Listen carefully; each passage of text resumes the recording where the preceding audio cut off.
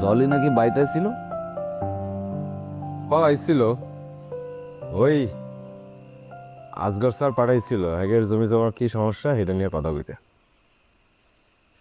আমার তো তা মনে হয় না। সেইটা তোর মনের সমস্যা, তুই মনে মনে মন কলা খা। চাচাতে শুনলাম জলি নাকি বাইতে ছিল। আইছিল ওই আজগর স্যার পাঠাইছিল আগের জমি জমার কি সমস্যা এটা নিয়ে কথা কইতে। আমার তো তা মনে হয় না। সেইটা তোর মনের সমস্যা, তুই মনে মনে মন কলা খা।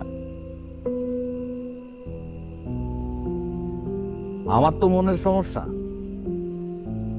গ্রামের লোকের যে চোখের সমস্যা। মানে মানে গ্রামের লোকজন জলিদের নানা কথা কইতে চায়।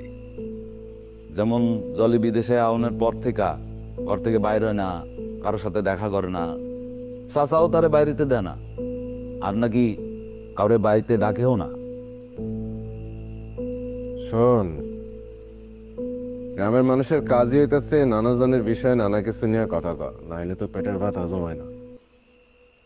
মানুষের ধর্মই আসলে এটা, অন্যের বিষয়ে কথা কওয়া, অথচ শরীরে তেনা নেই। মায়া আইসে বিদেশ থেকে, দুইটা কথা কইব না? ঠিক আছে, আমি তো কথার কথা কইলাম, আর তুই এত বিদ্রোহী হয়ে গেলি কেন? ধুর বেড়া,